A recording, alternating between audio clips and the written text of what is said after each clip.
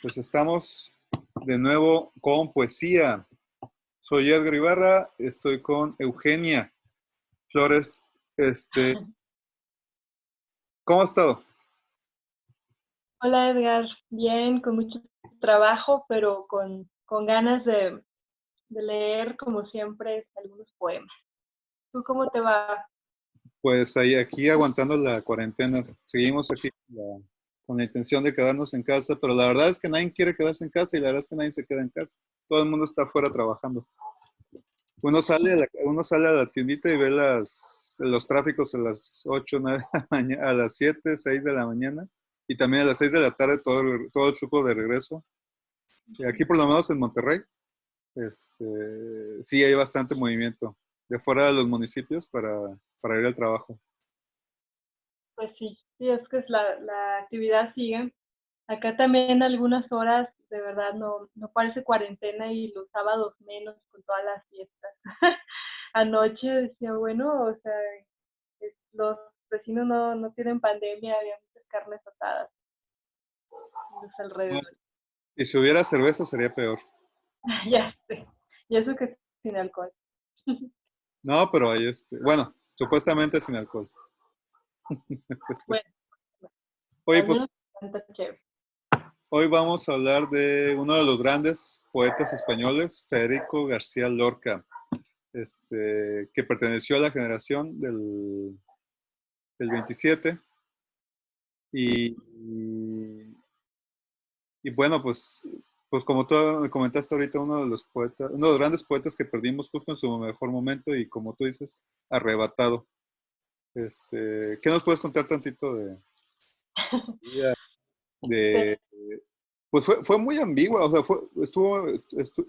es muy interesante la vida de Federico García Lorca en el sentido de que pues le tocó la guerra civil, estuvo en este movimiento de poesía, fue a Nueva York y escribió varios poemas allá. Hay varios momentos en su vida que pues vale la pena comentar.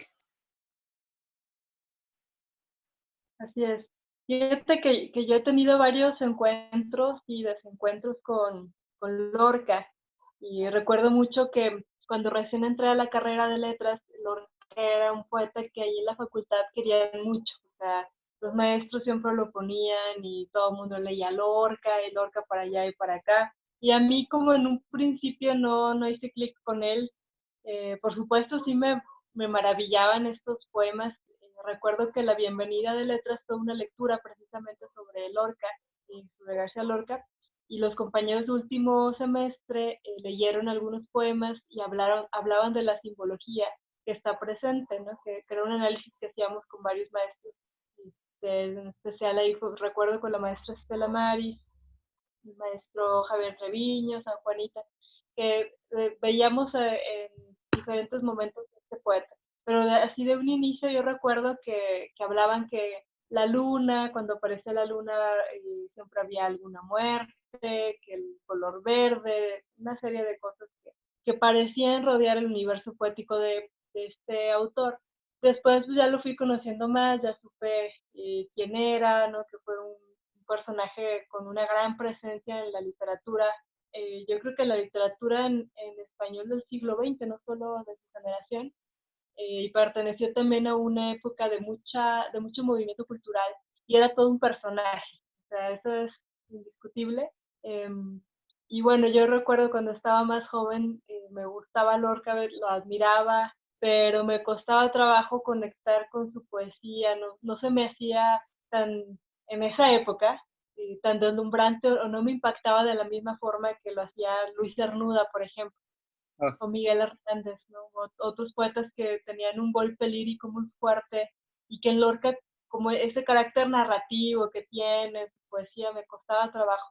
Ahora que regresé a su poesía y algunos de sus trabajos, sus conferencias, y eso que todavía no entré con el teatro, que a mí el teatro de él siempre, ahí sí creo que lo admiré desde un principio, pero bueno, es un personaje que fue contemporáneo pues de los grandes, ¿no? De Luis Buñuel, Salvador Dalí, de bien. Cernuda. ¿Mande? No, pues los españoles de la época, de la generación, ahí están todos. Adelante. ¿Dónde? Rafael Alberti, ¿quién más? Bueno, es una época de oro, y que, bueno, aquí tengo un libro que me regalaron, me regaló una mi amiguita muy Presu- amablemente. Oye, qué hermoso. Presúmenos tu libro. Cuéntanos cómo estuvo. ¿Quién te lo regaló? ¿De dónde es? Es una amiga, hubo un tiempo que di clase, bueno, más que clase era algo así como, como una especie de, eh, pues como un diplomado de literatura junto con el maestro Eliezer Jauregui, que él dio una parte de música y me invitó a colaborar con él. Y pues hablábamos de los movimientos artísticos que se reflejaban tanto en la música como en la literatura. Y ahí conocí a varias personas muy interesantes y había una asistente, se llamaba Elisa, y ella un día me dijo, oye, tengo ahí unos libros, no sé si quieras. Ella tenía muchos estudios de letras y me regaló varios libros y entre ellos venía esta joya, que es las obras completas de Federico García Lorca en su Bien. edición de, Aguilar. eh, de es un libro muy bonito porque trae dibujos hechos por él, porque García Lorca fue un artista que también exploró la música, la pintura, eh, el teatro, fue de verdad impresionante, trae también muchas fotografías de los diferentes momentos de su época y la selección la hace Jorge Guillén, y bueno, de hecho Guillén, bueno, Jorge Guillén y Vicente Alexandre, que son, bueno, viene aquí un prólogo hecho por Guillén, que es, que cuenta como esta historia de qué significó pertenecer a ese grupo de jóvenes, pone muchas anécdotas de Lorca, pero es un texto así como más poético, más lírico, no es tanto así como una biografía, pero bueno, empieza con algunos textos en prosa, trae un ensayo así de los primeros textos impresionantes sobre Góngora, ya que estábamos hablando Bueno, de lo impresionante de la lectura que hace, de verdad me deja, dice unas cosas tan increíbles. Se llama La imagen poética en Góngora en la conferencia, y luego pero ya empieza. muy interesante. Está muy interesante para leerlo. Me lo habías pasado cuando estaba haciendo la tesis, Sí, de hecho, sí. cuando estaba batallando con Góngora. Y aquí hay algunos dibujos que hace. Y en su Yo- poesía viene también otro pasado de obras de teatro, de conferencias, y es una edición de los años 70, o estos primeros intentos de hacer una poesía completa que nunca existen, o sea, los libros de poesía completa de los autores, siempre hay poemas que quedan volando, perdidos, etcétera. Entonces, bueno, este es un intento bastante serio de hacer esa compilación de obras y que es todo un recorrido. Yo ahora que vuelvo a él, de verdad que me conmueve muchísimo. Era un intelectual brillante y con mucho carisma, ¿no? Todo el mundo se sentía conquistado por él, o sea, aunque no estuvieras de acuerdo con lo que decía o quisieras que te cayera mal, finalmente te seducía, porque dicen que él recitaba sus poemas, sus obras de teatro, las leía en público y hacía los esfuerzos de los personajes. Y aparte todo este universo andaluz que está en su poesía también es muy seductor, y que, bueno, es uno de los poetas que más se ha conservado así como en el gusto del público, que por ahí suenan todavía sus versos, que recupera muchas formas de hacer poesía, se va como desde de los inicios, ¿no? Él escribe mucho el romance, escribe muchas canciones, explora el soneto, juega con las formas, mezcla como esta modernidad que estaba viviendo con la crítica, ¿no? De la Guardia Civil, pero también con todo este universo gitano y con todos sus elementos de la infancia. Entonces y este toque así como surrealista que a veces que aparece en algunas etapas y hace que sea un poeta muy amplio, con muchas facetas y un intelectual riquísimo. O sea, tiene unas conferencias sobre qué es o sea, qué hace que un poema sea como atractivo atractivo, como poderoso, y que no, hizo conferencias sobre teatro, es más, hasta una que tiene sobre las nanas, sus canciones de niños, que él retoma mucho, ¿no? En su primera poesía. Entonces, es un poeta inabarcable y que convive con muchos personajes de su época importantes para la cultura, no solo españoles, sino también eh, latinoamericanos. Por ahí en su estancia en Nueva York conoce, ya hemos comentado que conoce a Antonieta Rivas Mercado, conoce a Salvador Novo, ¿no? Creo que, pero creo que ellos se conocen, no sé, en otro viaje, no recuerdo, pero bueno, es un personaje que conectaba, que tenía así como muchos elementos, se hizo muy amigo, tuvo ahí un idilio con Salvador Dalí. Entonces, no sé cómo por dónde agarrar a Lorca. Lo interesante de Lorca, y bueno, retomando un poquito la generación del 27, es que, bueno, se llama la generación del 27 por el aniversario de Góngora, eh, y que pues resurge una fascinación por este poeta de 1600, pero al mismo tiempo cada quien lo lee diferente y cada quien le da su estilo diferente. O sea, son una generación, pertenecen a un grupo, la mayoría son prácticamente las mismas escuelas o las mismas academias, pero, pero no todos escriben igual, todos buscan una individualidad o tienen su propio camino en las letras y en su poesía. Y Lorca, ¿qué tan congorista tú lo encuentras? Porque está el elemento, lo que ya habías comentado, de la simbología, y eso es muy gongorista, pero, o que sí podríamos decir que pertenecías a esa tradición, pero ¿en qué otro aspecto? Porque sí es muy ajena, o bueno, cuando lees su poesía la lees muy diferente. Y yo pienso que se inspira en Góngora porque en esa conferencia habla de las imágenes, o sea, él está muy sorprendido de cómo para Góngora una abeja no es menos maravillosa que una estrella o que un sol o que el universo.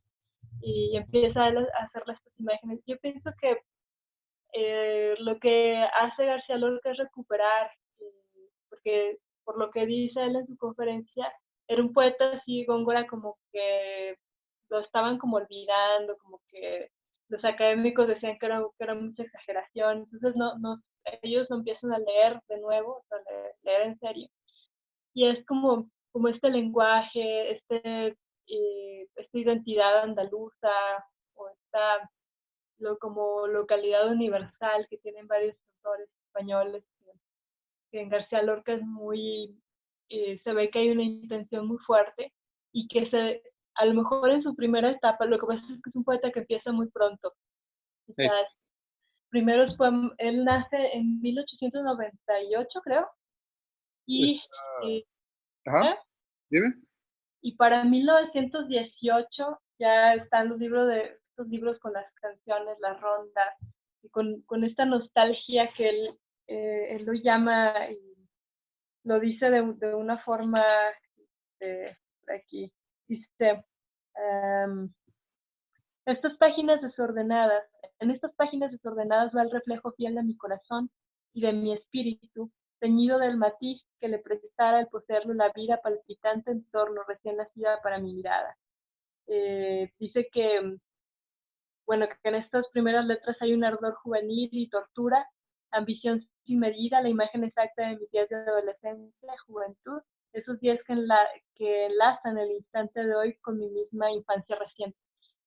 Entonces, para él la infancia es como algo que está vivo, ¿no? O sea, no es, por ejemplo, un Juan Ramón Jiménez que añora, que es melancólico, etcétera. Este es un poeta que trata de mantener viva la llama de la infancia a través de esta musicalidad que él descubre, que él recupera en toda la tradición. Se ve que era un lector fuerte desde conocía la historia de su literatura, porque vemos que los orígenes de la literatura en castellano son los cantares de gesta, ¿no? Sí. Esto es el poema El Cid, etcétera, que eran poemas que cantaban las historias héroes, de las hazañas, y es lo que hace Lorca no solo en el romancero gitano, sino en otros, desde el principio ya empiezan a gestarse los elementos, estos símbolos, pero también estas historias, ¿no? La niña que muere, el niño ahogado, o sea, esto me recordó, ¿sabes a quién? Bien rara la analogía, a Nelly Campobey. O sea, no sé si has leído Cartucho, eh, que por aquí la tengo, por ahí debe, aquí está, mira. Ándale. Ella es Acércalo, acércalo. no lo tenía planeado, pero Alan, mandé. acércalo, acércalo, acércalo. Bueno, este libro es, Nelly Sí. Campo es una escritora mexicana de la novela La Revolución. Entonces, ella vive la época de la Revolución cuando es niña. Y el libro Cartucho es una obra muy experimental, una de las grandes obras de prosa lírica en la literatura mexicana. Y allá hay una violencia muy fuerte, pero narrada con esta poesía o con este lirismo de quien recrea desde los ojos de la niñez las imágenes duras de la vida. Entonces, ese estilo, no sé por qué me recordó, eh, creo que ella lo conoció, a Lorca. Aquí en este prólogo hay un prólogo que se llama Mis libros, Ajá. donde es un ensayo sobre ella, cuenta cómo fue que escribió sus obras, etcétera, y relata cuando conoce a Lorca que le dicen, oye, va a venir el poeta, y ahí así de que, wow, Lorca, creo que lo conoce en Cuba, en La Habana. este, Mira, aquí dice, en aquella ciudad estaba por aquel tiempo Federico García Lorca, José Antonio le enseñó mi libro de versos y el gran poeta fue a nuestra casa para verme. Mi persona le había inspirado gran curiosidad. Eh, Dice, cuando él y José Antonio llegaron, yo estaba asomada en un barandal altísimo. Contesté desde donde yo miraba el tímido y cortés saludo de Federico y el de José Antonio, que reía como un niño. Los vi exactamente 3 minutos, reloj en mano. Lo sé porque les dije que solo 3 minutos iba a estar en el barandal. Pude ver a Federico sin apartar mi mirada de la de él. Sus cejas eran, o me lo parecieron, enormes, su cara ancha, sus ojos de moro, bellísima frente, su boca traslucía signos amargos de tragedia constante. No volveríamos a verle. Poco después las balas franquistas lo convirtieron en estatua. El tiempo y el espacio lo sostienen en un pedestal de amor. Entonces, de hecho, Nelly Campoello tiene también libros de poesía con esa ternura. Tiene uno que se llama Las manos de mamá, etcétera. Entonces, ahí yo estaba leyendo a Lorca y no sé por qué me acordaba de Nelly Campoello con esta forma de recrear la infancia en la literatura.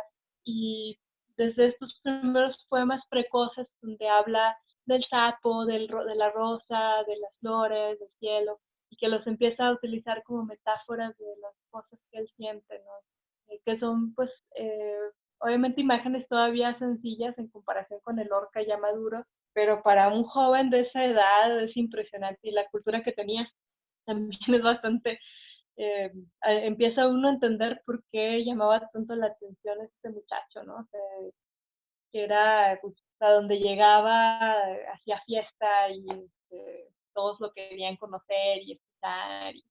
Entonces, ahora que estuve leyendo paso a paso su trabajo, me conmueve esta, eh, esta transición, ¿no? Desde cómo se van gestando los símbolos hasta un poeta bien distinto, o sea, que rompe como su propia propuesta lírica, ¿no? De estos romances que todavía tienen métrica, que tienen rima, pero que también tienen cosas arriesgadas, son como que falsamente tradicionales, diría yo.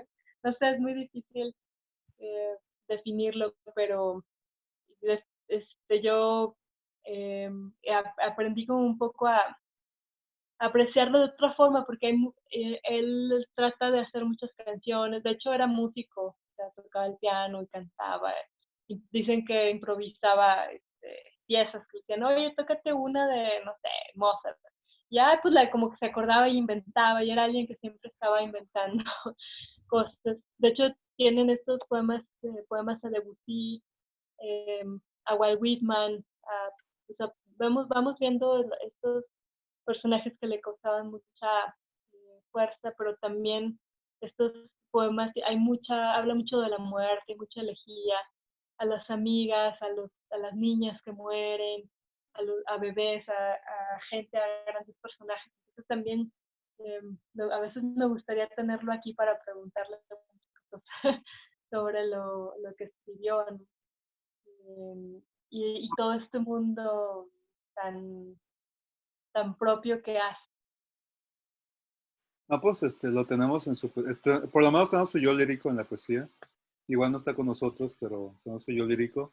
Y aquí me gusta que menciones pues, el elemento infantil en sus primeros poemas, en sus primeros libros y pues este gusto por la tradición. Por ejemplo, aquí tengo un octosílabo, unos cuantos versos de, de su primer libro, de los encuentros de un caracol aventurero, es, publicado en diciembre del 1918, en Granada.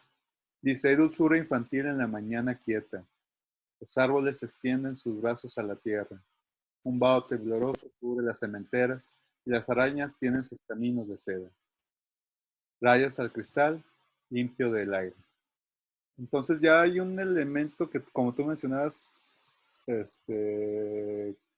sí, simbolismo de los elementos de la infancia, pero al mismo tiempo una capacidad de simbolizar y crear imágenes desde esta edad, bueno, ya desde joven, ya adulto pero joven.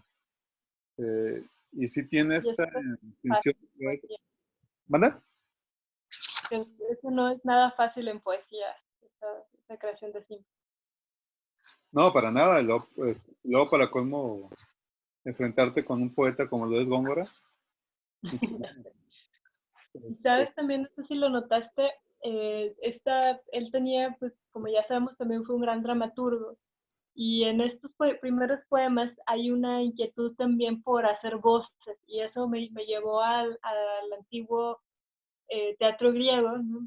Sobre todo a Esquilo y a Sófocles, que antes en estas tragedias había lo que se llamaba un coro, ¿no? De que los coros eran como algo muy entre filosófico y poético, eran unas voces que te llevaban, luego ya Eurípides, el trágico más, digamos, más reciente o menos antiguo, ya hace cambios y empieza a ser como que él ya está pensando en la figura del espectador, etcétera. Pero estos dos otros trágicos anteriores, ellos todavía piensan en los coros, en un teatro más, bueno, no soy experta en teatro, pero pienso que es un teatro más cercano a la poesía todavía. Y como el Lorca en estos poemas, ese que leíste, se me hizo muy curioso, también lo estaba leyendo ayer justamente, el del caracol, y cómo empieza a ver voces, o sea, en sus poemas pone a la gente a hablar, dice niños tal, y contestan, o el gitano con el guardia, sí, y como empiezan. un diálogo, una narración o como un cuento. Sí, entonces eso también es interesante porque está explorando con los géneros. O sea, él está viviendo una modernidad poética, un nuevo siglo de oro. Luego bueno, ellos ya tenían detrás a los poetas de la generación del 98 y a otros autores que empezaban como que a revivir las cosas en la literatura española, luego de la crisis tan fuerte que habían tenido en el siglo XIX y tienen antecesor, no sé, poetas como Machado, como Unamuno, etcétera, y como ellos ya hay una modernidad, ya hay un riesgo, ya hay una conciencia de cosas, de novedad, de hacer, de preguntarse qué es la poesía. Entonces, estas exploraciones y siendo tan joven, de hacer coros, de hacer contestaciones, y que eso es muy tradicional, o sea, eso es muy de la poesía antigua, pero lo problematiza, por ejemplo, me llamó mucho la atención eso del gitano, lo problematiza con lo de la Guardia Civil, o sea, ya es una estructura aparentemente tradicional lo de antes, pero que habla de una actual y de una injusticia social, ¿no? Que por eso también fue un poeta, o es un poeta muy querido, muy respetado, porque es un poeta que habla de esas cosas, o sea, no solamente está cantándole a la belleza ni nada, sino es un poeta que está en el mundo, que lo pone en su poesía y que eso obviamente le va a costar caro, ¿no? Este deseo de no guardar silencio y se me hace yo ahora que estuve regresando a eso, yo encontré otra cosa muy distinta al poeta que había leído en mi juventud, em, y que estos poemas tan famosos de verde, que te quiero verde, verde viento, hasta, mira, hasta estoy de verde sin querer. El barco sobre la mar, el caballo de la montaña, con la sombra en la cintura, ella sueña en su baranda, verde carne, pelo verde, con ojos de fría plata. Todos nos lo sabemos ahí en letras. Ese poema, y de hecho aquí Jorge ya cuenta cómo lo leía Lorca, ¿no? Que cuando decía el barco sobre la mar, el caballo en la montaña, lo decía con cierto secreto, y entonces me gustó mucho porque recupera, o sea, yo también me había pensado, bueno, cómo lo recitaba, ya que era, o sea, era un personaje de la oralidad que recitaba, que hablaba en público, hacía todo esto, y que estos poemas que están en la antología, mira acá, tampoco lo tenía planeado. Ah, bueno. Voy recordando, voy hilando. Tengo este otro libro que es Poesía Popular Mexicana, que es muy interesante el ejercicio que hace Luis Miguel Aguilar, porque dice, pone no solo poetas mexicanos, sino pone poetas de otros países que son populares en México. Y naturalmente viene Federico García Lorca. O sea, estos poemas de La casada infiel, ¿cómo dice? Me la llevé al río creyendo que era mozuela, pero tenía marido. O el de Preciosa, que eran poemas que antes, bueno, no sé ahora, pero antes los sabía la gente, o sea, y aparte están en octosílabos.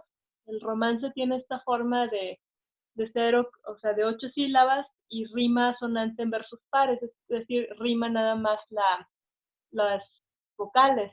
Y eso está en los corridos, ahora que nosotros somos muy norteños.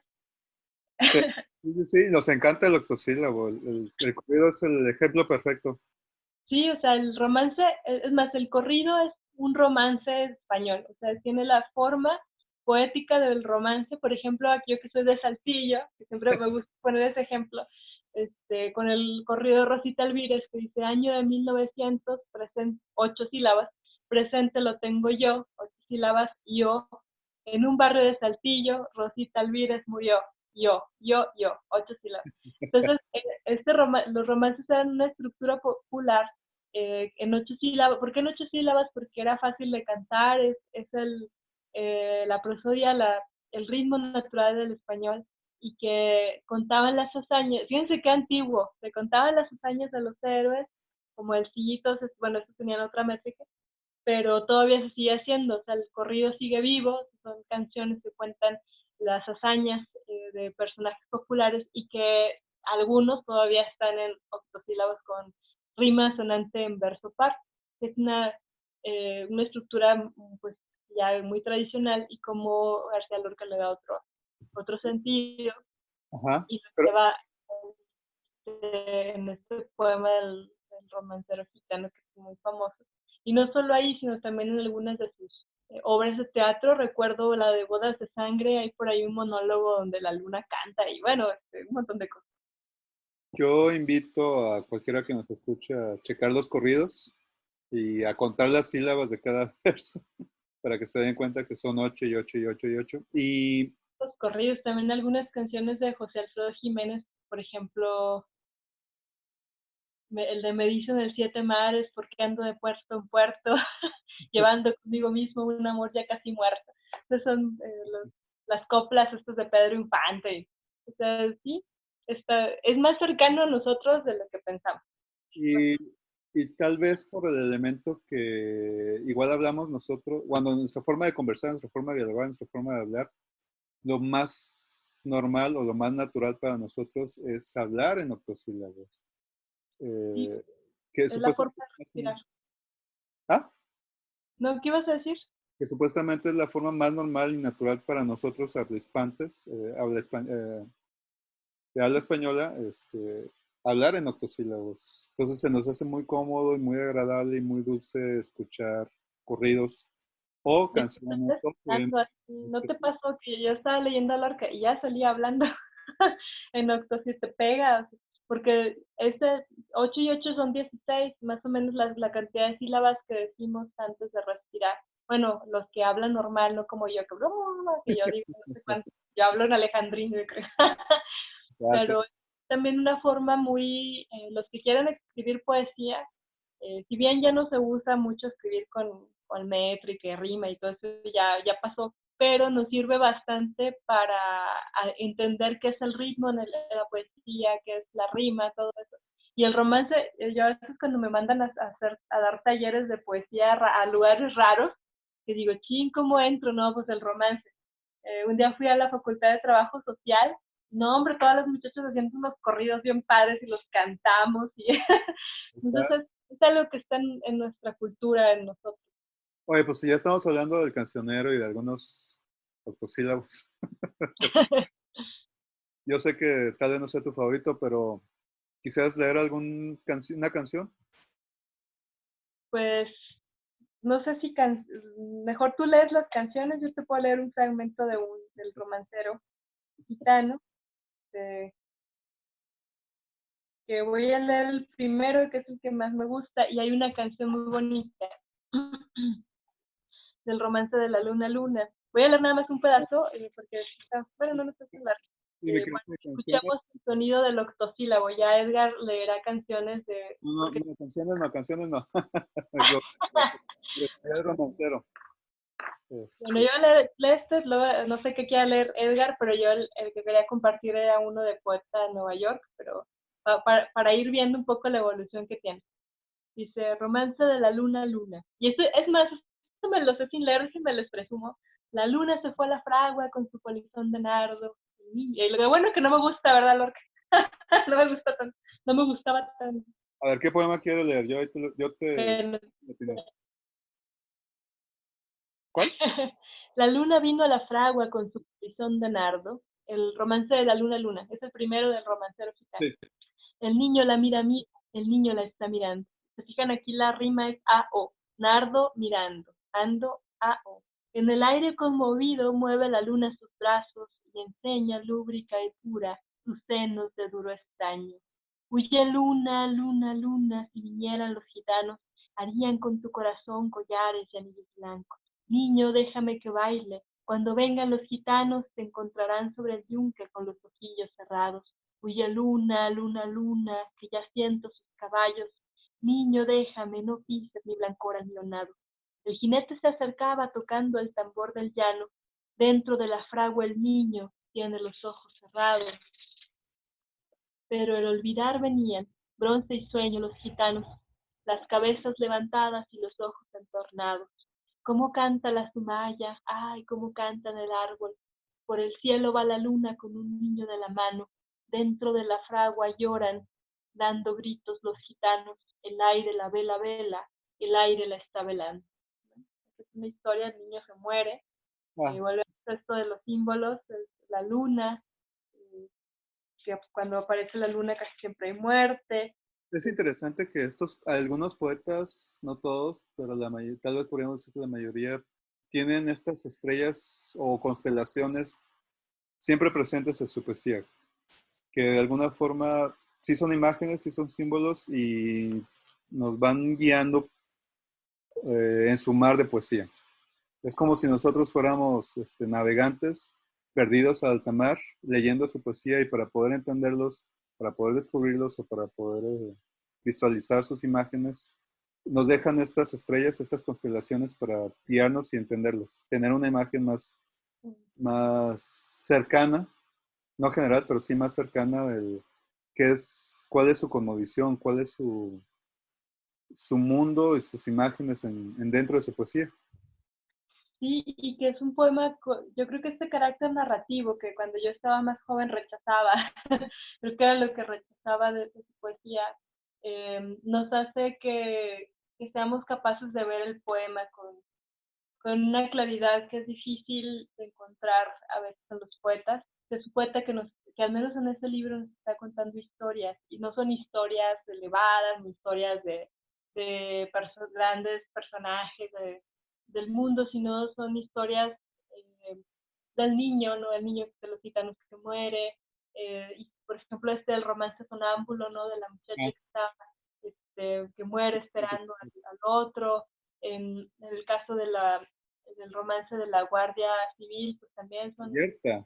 cosas que pasan, ¿no? El juez con guardia civil por los olivares viene, sangre resbalada gime, muda canción de serpiente, señores guardias civiles, Aquí pasó lo de siempre. Han muerto 4 romanos y 5 cartagineses. Sí, es bueno, sí, me gusta ese aspecto narrativo, pero a mí lo que más me llama es esa,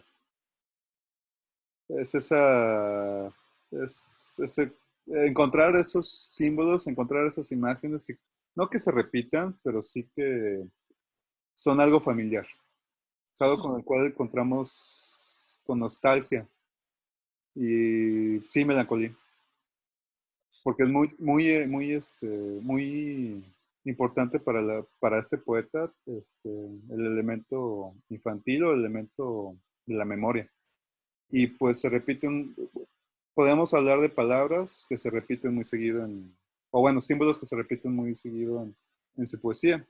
Por ejemplo, de los árboles, yo encontré bastantes árboles que se repiten una y otra vez. La alameda también, lo que es Las, estar bueno, aquí tenemos Alameda, en España obviamente está Alameda, entonces también es el lugar en el que estás, es el lugar en el que te tomas la nieve, el que compras las papitas, o bueno, en esa época ibas a pasear a la Pretendiente, ibas a ver a la gente, donde se juntaban los amigos, etcétera. Entonces, son elementos que de esa forma podemos encontrarnos con García Lorca. pues son lugares en común con nosotros, o sea, de los sitios. Tiene también poemas sobre como que le interesaba recrear los paisajes, o sea, no el paisaje así del lugar, sino como el paisaje de la memoria, o el paisaje lírico, el paisaje espiritual, de qué se sentía estar en tal lugar, o qué se sentía ver a alguien, o recordar. Y por ejemplo, este sonido, me encanta una conferencia que tiene Ajá. sobre el Día del Duende, esto sí hay que decirlo, hablando de lo verde, que él dice que hay una expresión ahí en su tierra cuando dicen, eso tiene mucho duende, o como que le falta duende. Y él se refiere a que en el arte, o sea, tú puedes ver una obra de arte muy bien hecha y todo, pero le falta ese algo, y la gente suele decir, no, no tiene duende. O, ay, mira, eso es puro duende, ¿no? Entonces él empieza a hablar de qué es el duende en la poesía, o sea, qué es esto, y lo distingue de la musa, de la inspiración, dice que el duende es como la esencia del arte, esto que te mueve. Entonces es muy divertido cómo juega también con estos conceptos, y que hay una cosa que sí quería leer de él, que A ver. no es un poema, sino es... En lo que lo encuentras, eso del duende, pues me recuerda al numen de los griegos, que no es entre demonio y Dios, e inspira, es más un viento, es más un aire, es más un aliento que de repente te llega. Y más cuando estemos en estos días que ha estado que ha habido mucho viento, pues es como si de repente llegara un viento y te inspirara. Pues sí, sí tiene un poco más de ese sentido que otro, porque dice, cuando habla de la inspiración, dice, sí, yo entiendo que hay momentos de inspiración, pero el artista no crea desde la fiebre, sino hay cosas que asimilar. Entonces, ahí por ahí es una forma en la que discute qué es el talento y estas cosas que son muy interesantes. Este es un fragmento sobre una especie de arte poética que dice Lorca, que me parece muy impresionante. Dice, pero ¿qué voy a decir yo de la poesía? ¿Qué voy a decir de esas nubes, de ese cielo? Mirar, mirar, mirarlas, mirarle y nada más. Comprenderás que un poeta no puede decir nada de la poesía. Eso déjaselo a los críticos y profesores.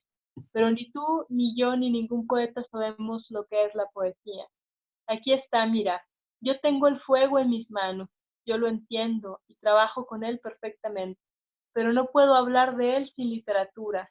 Yo comprendo todas las poéticas, podría hablar de ellas si no cambiara de opinión cada 5 minutos. No sé, puede que algún día me guste la poesía mala muchísimo, como nos gusta hoy la música mala con locura.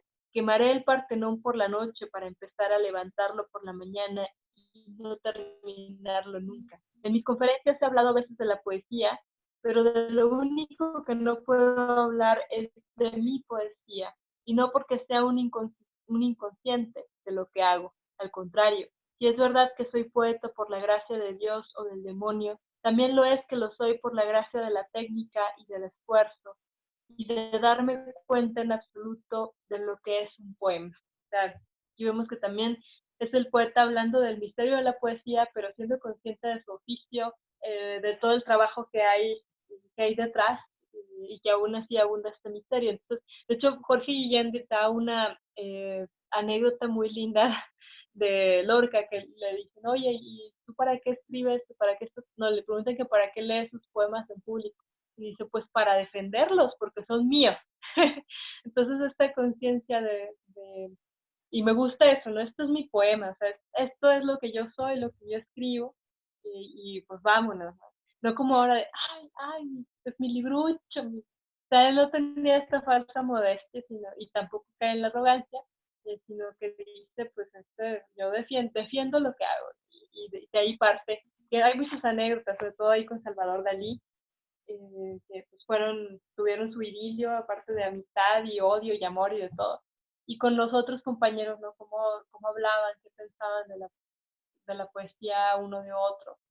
Entonces me gusta esa conciencia, esa modernidad que hay, no estamos hablando de hace casi un siglo. O sea, estos poemas, el que tú leíste es un poema escrito hace más de un siglo. Y pues los lees, hay algunos, por ejemplo, los del romancero, algunos se me hacen así como que todos, ya pasa un poco el halo del tiempo, pero leo los de Poeta en Nueva York y es una cosa que me dejó de verdad impactada, impresionada, como pocos poetas lo hacen, ¿no?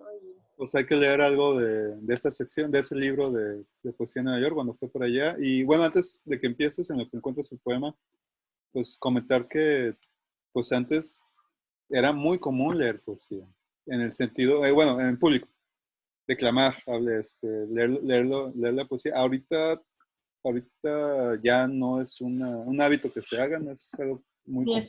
sí, ya se perdió. Vas a las lecturas y los poetas con toda la aburrición del mundo. Es, Es mi poema. Ya no sabemos recitar en público, ni sabemos hablar decir el poema. es una situación en la que se ha hecho muy formal y muy, ¿cuál es la palabra? Formal y aburrida. ¿Eh? Muy protocolar. ¿O qué ibas a decir? Sí, hay un protocolo, hay una formalidad que obviamente nos aburre, que obviamente no inspira nada, que no le dice nada a la poesía, que no ayuda en nada a la poesía tampoco, cuando la poesía es la palabra que se vive día al día, la palabra que se dice, la palabra que no, no es la que está encerrada en los libros, es la que nos lleva por delante y la que cuando escribimos la poesía la estamos atrapando y la estamos sujetando para poder recordarla, para poder memorizarla, pero no, el libro es el accesorio. Sí, Bueno, sí.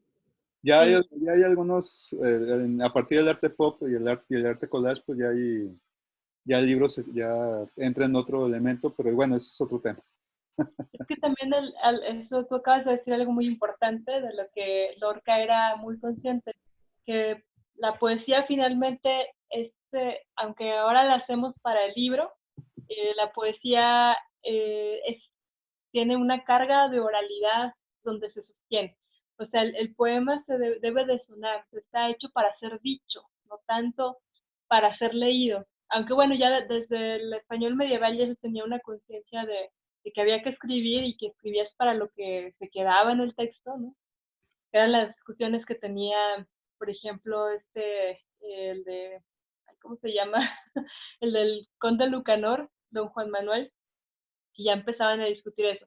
Pero la poesía siempre, para hacer poesía, y necesita de la oralidad. O sea, un poema no debe de sonar mal, al contrario. O sea, un poema tiene que sonar, entonces un poeta es un conocedor no solo del idioma, sino de la sonoridad, de la música. Decía Eduardo Lizalde, este gran poeta mexicano, que la oralidad, dice, la música del poema comparada con las grandes obras de la música, pues es paupérrima, pero debe de ser, ¿no? O sea, de hecho, cuando yo escucho los poemas y se oyen mal, no tienen a menos de que sea la intención romper y que sea cacofónico, pero generalmente es porque no hemos perdido esa capacidad de escuchar y de escribir. O sea, por eso digo, insisto en que esta práctica de las formas, que ya no se usan, déjame practicar escribiendo un romance, una silva, etcétera, nos dan idea y luz sobre cuál es la oralidad del poema, porque el poema se tiene que escuchar. Sí. Aunque los leas mal, pues a lo mejor no soy una gran lectora en voz alta, pero de hecho por eso ya no se escribe con estas formas, porque ya nuestra manera, nuestra todo es Ya distinto. cambió, ya es otra generación. Pero tienes mucha razón y hay que recordarle a cualquiera que nos esté escuchando que si van a leer poesía, léanlo en voz alta. Hay que hablarlo, hay que darle su sustancia es el sonido. Entonces, Y así se debe de leer la poesía, o sea, es lo ideal leerla en voz alta. Y si es traducción, también, porque la traducción es una forma de creación, es una, como decía Octavio Paz, una versión. Y también de acercarse, eso es bien difícil, ¿no? Acercarse a la exploración del sonido que hace el autor, pero trasladar eso es bien complicado, pero algunas traducciones lo logran. Y sobre todo los poetas que son en nuestra lengua, pues sí, leerlos en voz alta y a ver cómo se oyen. Eh, y más, perdón, nada más comentar que pues ahí al leer, al escucharlo ya puedes encontrar las diferencias en diferentes tipos de poesía en cuestión de generación y en cuestión de país y de país de origen. Porque si lees poesía, si sabes inglés y lees poesía en inglés, te das cuenta que el enfoque está en la melodía. Y si lees en español, pues el enfoque está en el acento, que es muy diferente. sí. Entonces, ¿ah? De hecho, eso que dices, Ezra Pound tiene un ensayo sobre la poesía, se llama El arte de la poesía, y dice que hay varios tipos de poemas. O sea, él, por ejemplo, melopea le llama a los poemas que están sostenidos por su musicalidad. O sea, hay poetas, por ejemplo, como Nicolás Guillén, no, Sense Mayá la culebra, Sense Mayá, la culebra, entonces es mucha sonoridad. Hay poetas que no son, que su esencia no está recargada en el ritmo del poema, sino en su imagen, ¿no? Que es lo que rescata García Lorca de Góngora. O sea, es hombre, sí tengo unas imágenes preciosas. Hay otros poetas que que sostienen su poema o sea, no solo en la imagen, en la construcción de la imagen poética, sino también como en la idea que está detrás, una idea filosófica, etc. Entonces hay muchos tipos de poetas. Yo creo que Lorca sí tiene al menos en sus inicios, sí podría ser un poeta cercano a esta melopea, ¿no? Un poeta de la sonoridad. Luego ya va evolucionando. Todos los poetas tienen sonoridad, pero hay poetas que sí es muy cargada. Por ejemplo, Juan Gelman, ¿no? Es un poeta con un sonido impresionante y todos sus poemas suenan y que es algo, ¿no? Una cualidad de su poesía. Hay otros poetas que suenan de otra forma, que el ritmo está cargado de otra manera. Hay también épocas donde imperaba más, por ejemplo, lo que comentábamos del barroco o en el romanticismo, también hay otros elementos que van destacando, pero finalmente cada poeta tiene su voz y hay unos que sí son muy musicales, otros son más filosóficos, pero todos debe haber una musicalidad. Y por eso ahora con los modernos, ahora con el siglo XX, pues sí hay un rompimiento y sí encontramos poetas muy radicales que quieren romper con melodía, que quieren romper con ritmo, que quieren romper con los acentos. Eh, y muchos que disfrutan los estilos antiguos y tradicionales, pues no disfrutan de igual manera de estos nuevos poemas. Y por ejemplo, los de los 50 y 60 de Estados Unidos, los beats, De los beats. el beatnik, pues son imágenes cargadas, pero a partir de ritmo, no es tanto de la melodía, pero sí de ritmo y es el tiempo el cual es el elemento que les va a interesar. Entonces, sí en este siglo XX sí hay siglo XX pasado sí hubo un rompimiento muy fuerte pues por lo menos saber que estuvo ahí, saber que hay, que si tu poeta es de qué siglo, a qué corriente pertenece, qué contexto, cómo escribía, a quién leía, etcétera, son elementos importantes para acercarte a un autor, y más si es un autor pesado. Si no es un autor más digerible, pues no hay tanta necesidad. Pero ahora sí, ¿qué nos ibas a leer? Ah, sí. Bueno, yo te comentaba bueno, en este recorrido que hice por la poesía de Federico García Lorca, yo me quedo con su libro de Poeta en Nueva York, que Ah, es una serie de poemas que escribe cuando va y conoce esta ciudad y le cambia completamente el tono, eh, bueno, todo, ¿no? O sea, si recordamos estos romances que leímos hace rato, voy a leer este poema, espero no cansarlos, pero me pareció muy impresionante y ojalá se emocionen como yo. ¿cuál es? Se llama Panorama Ciego de Nueva York. Está en Poeta en Nueva York. Dice, si no son los pájaros cubiertos de ceniza, si no son los gemidos que golpean las ventanas de la boda, serán las delicadas criaturas del aire que emanan la sangre nueva por la oscuridad inextinguible. Pero no, no son los pájaros, porque los pájaros están a punto de ser bueyes. Pueden ser rocas blancas con la ayuda de la luna y son siempre muchachos heridos antes de que los jueces levanten la tela. Todos comprenden el dolor que se relaciona con la muerte, pero el verdadero dolor no está presente en el espíritu, no está en el aire ni en nuestra vida, ni en estas terrazas llenas de humo.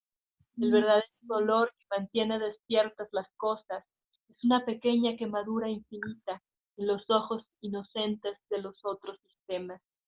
Un traje abandonado pesa tanto en los hombros que muchas veces el cielo los agrupa en ásperas manadas, y las que mueren de parto saben en la última hora que todo rumor será piedra y toda huella latido. Nosotros ignoramos que el pensamiento tiene arrabales donde el filósofo es devorado por los chinos y las orugas, y algunos niños idiotas han encontrado por las cocinas pequeñas golondrinas con muletas que sabían pronunciar la palabra amor. No, no son los pájaros. No es un pájaro el que expresa la turbia fiebre de laguna, ni el ansia de asesinato que nos oprime cada momento, ni el metálico rumor de suicidio que nos anima cada madrugada. Es una cápsula de aire donde nos duele todo el mundo. Es un pequeño espacio vivo al loco unisón de la luz. Es una escala indefinible donde las nubes y rosas olvidan el griterío chino que bulle por el desembarcadero de la sangre. Yo muchas veces me he perdido para buscar la quemadura que mantiene despiertas las cosas, y solo he encontrado marineros expuestos en las barandillas y pequeñas criaturas del cielo enterradas bajo la nieve, pero el verdadero dolor estaba en otras plazas, donde los peces cristalizados agonizaban adentro de los troncos, plazas del cielo extraño para las antiguas estatuas ilesas y para la tierra intimidad de los volcanes, la tierna intimidad de los volcanes. No hay dolor en la voz, solo existen los dientes, pero dientes que callarán aislados por el raso negro. La tierra, no hay dolor en la voz, aquí solo existe la tierra con sus puertas de siempre que llevan al rubor de los frutos. Parece un poema muy fuerte, muy fuerte, muy diferente al sonido que nos tenía como acostumbrados García Lorca, muy lejos de este sonido gitano, de este sonido infantil. Es un poema de un poeta que está en una ciudad que le regresa otro tipo de reflejo, ¿no? Cuando se ve en ella. Pero, Y nos ¿ah? habla de... ¿Mandé? No, pero es interesante que incluso, que aunque no es un tema infantil, digo, es la muerte y es una muerte, es una desolación ante la multitud, ante lo que es el laberinto de lo que puede ser una ciudad. Pero hay elementos, pues, o sea, no, si no son los pájaros cubiertos de ceniza, si no son los gemidos, y luego abajo, no, no son los pájaros. O sea, de todas, y el verdadero dolor que mantiene despiertas las cosas es una pequeña quemadura infinita en los ojos inocentes de los otros sistemas. Ya no hay una inocencia, pero está presente la falta de esa inocencia, como un Y, lamento de lo que se perdió. y también, o sea, este tema de la muerte que vamos, o sea, sigue siendo García Lorca, pero ya yo creo que maduró de una forma muy particular y sí están detrás estos elementos porque él no puede dejar de ser quien es ni tener el contexto que tiene, pero me gusta que aparecen de otra forma. De hecho, en otro de los poemas también habla de los niños, o sea, asocia la muerte con imágenes de niños, pero ya no en un contexto gitano, ni de luna, ni nada, sino en un contexto de ciudad fría, de una confrontación con el dolor, que es muy impresionante para mí. Entonces, yo cuando estaba leyendo estos poemas, me parece un autor bastante fuerte, este, y aparte usa otro tipo de palabras más viscerales, ¿no? Empieza a hablar de orines, de vómito, de otro tipo o sea, cambia su lenguaje, obviamente, o sea, hay cosas esenciales del poeta que no se mueven, como por ejemplo estos estribillos, este de paisaje de la multitud que orina, ¿no? Que es el que te decía. Dice, lloraba el niño del velero y se quebraban los corazones angustiados por el testigo y la vigilia de todas las cosas, y porque todavía en el suelo celeste de negras huellas gritaban nombres oscuros, salivas y radios de níquel. No importa que el niño calle cuando le clavan el último alfiler, no importa la derrota de la brisa en la corola de algodón, porque hay un mundo de la muerte con marineros definitivos que se asomarán a los arcos y os velarán por detrás de los árboles. Entonces vuelve con estas imágenes y estos diálogos, ¿no? Que tiene pues, con los personajes que va creando. Entonces, sí a mí me hubiera interesado saber qué hubiera sucedido después de este libro. No sé si Lorca no lo hubieran asesinado ni perseguido de esta forma tan humillante y tan terrible. No sé qué poeta nos hubiera quedado. O sea, por ahí había un plan, en un curso que tomé de literatura mexicana, había un plan de que Salvador Novo, bueno, este grupo de los contemporáneos se lo querían traer.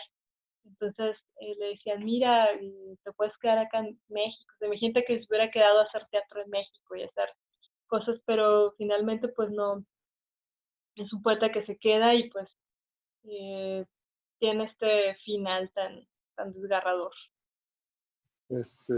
A mí lo que me llama la atención, antes de comentar su muerte, el elemento de la ciudad en su poesía y también como un elemento en general. Digo, o sea, sin la poesía, perdón, sin la ciudad, ¿cómo es la poesía? La poesía es más sobre la naturaleza, más sobre el campo.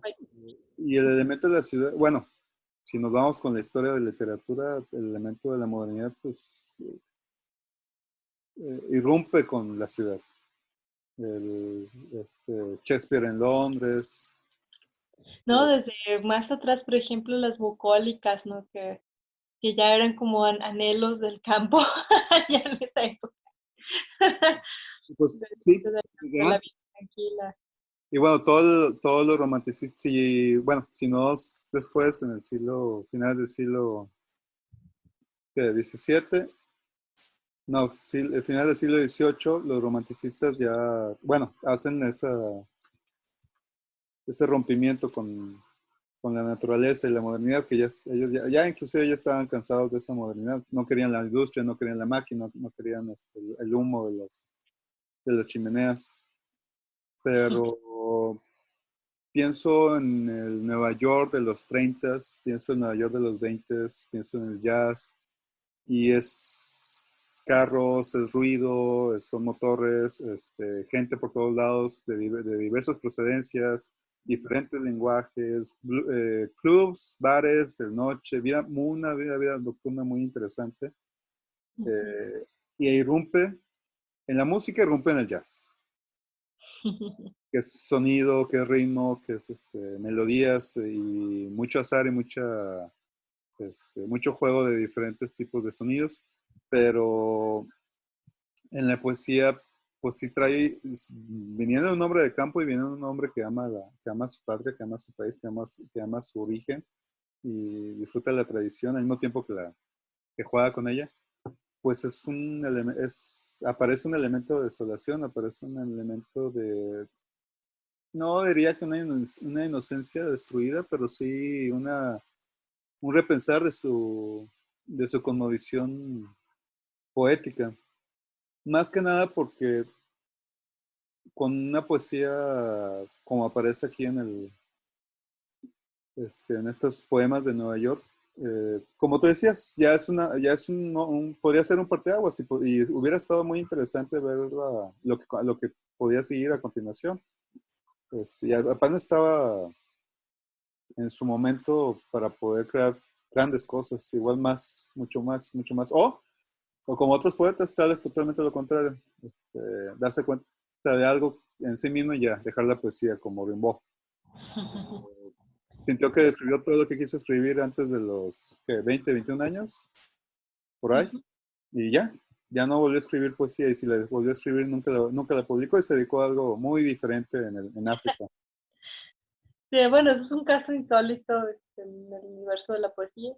Y quién sabe qué pasaría con Federico, ¿no? Que es un personaje tan encantador, que está también, es la figura pública, es el intelectual, es el poeta, es el maestro, es el músico, es el muchacho, es el dramaturgo, porque es también esta faceta de teatro que bueno, yo no la retomé ahora, pero me dieron bastante ganas eh, de adentrarme en sus obras. Nada más he leído ahí, bueno, estas obras que la de las bodas de sangre, por ahí este, estuve hojeando, no sé, viene Yerma, etcétera, que son piezas pues, ya emblemáticas, pero también yo creo que por ahí había mucho futuro y una visión diferente, porque sus obras de teatro, si bien están como, también va surgiendo esta evolución como todo, ¿no? De artista y que es un género que los poetas, por ejemplo, pienso en Valle Inclán, Ramón de Valle Inclán, que por ahí, en este libro viene una foto con él, ¿no? Que era también un personaje con este teatro esperpéntico, oscuro y muy poético, y cómo va evolucionando también. Yo creo que esa parte del teatro de estos artistas habría que recuperarla, porque es una época también de cambios importantes para el teatro. O sea, empieza a haber un tipo de teatro ya no costumbrista. De hecho, hay una anécdota por ahí de que aquí en México, cuando los contemporáneos abren el Teatro Ulises, ¿no? Que, junto con Antonieta Rivas, la gente así se les hacen las obras súper raras, estas obras europeas fumadas. Obviamente luego llega el teatro del absurdo, llegan otras expresiones y bueno, sería interesante luego analizar a Lorca, pero bueno, ahí yo creo que hay que saber, en mi caso que no soy tan experta en el teatro, sí tendría que ponerme a estudiar así como cuáles son los elementos que van evolucionando y todo, ¿no? Sí, sí me gusta lo poco que he visto de él en teatro me gusta, y creo que había cosas muy valiosas ahí y que no es fácil de hacer, y que es un género, la dramaturgia y la poesía, es un género muy ligado, ¿no? Pienso en Shakespeare, pienso en estos personajes que han sido grandes poetas y grandes dramaturgos y ensayistas, ¿no? Yo creo que más que la novela o el cuento, la poesía está muy asociada con el teatro. Yo creo que por este carácter donde todos tienen la palabra, tienes que construir un discurso con muchos elementos poéticos. Por ejemplo, pienso en Tennessee Williams, ¿no? Que es un poco más adelante, pero es un poeta, o sea, para mí es un teatro con mucha lírica, a lo mejor con un lenguaje ya distinto. Entonces, pero bueno, eso ya es otra discusión y que también habría que retomar el género de la dramaturgia porque siempre hay una discusión de la literatura, de que si el teatro se lee o si se va al teatro o qué pasa con el teatro. No, pues, Pero no hay que olvidar que si la pintura se enfrentó a la fotografía, pues en este momento, principios del siglo pasado, pues el teatro se enfrenta contra el cine. Entonces eso causa una nueva dinámica y una nueva necesidad de poder pensar, repensar su arte. Y ahora que el cine se está enfrentando con videos de 30 segundos o 10 segundos en tu celular, pues también debería repensarse también. pues sí, como lo hizo también la literatura frente al cine, estas formas narrativas decimonónicas pues ya no funcionaban con las propuestas de tiempo del cine, etcétera. Entonces sí es importante también conocer cómo fueron influyendo todos estos cambios y que es una época de muchas transformaciones culturales y también mucho dolor. Y ya están las guerras, ¿no? Ya habían pasado la Primera Guerra, ya viene la Segunda, está la Guerra Civil. Hay una gran depresión en Estados Unidos y en Europa. Entonces sí es un momento muy importante. Aquí está